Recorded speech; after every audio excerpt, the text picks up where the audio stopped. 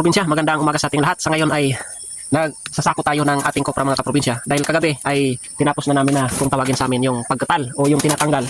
Yung tinatanggal mismo yung pinakakopra na ginagawang mantika. Ginagawang mantika mga kaprobinsya. Natapos namin ng mga 11 PM kagabi. Ngayon, magsasako tayo mga kaprobinsya. After na magsako, hakutin sa doon sa may pathway at isasakay sa door to door. So yun po yung proseso ng pagkukopra. So ngayon, sinasako namin mga kaprobinsya. Ayan o. May wako daw? Ito pa to. Aw, ito pa pala.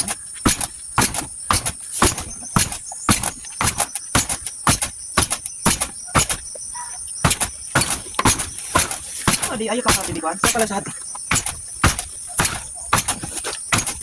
Wala kasi mga padunong sa pa deh. Ito natin mga pakapit doon.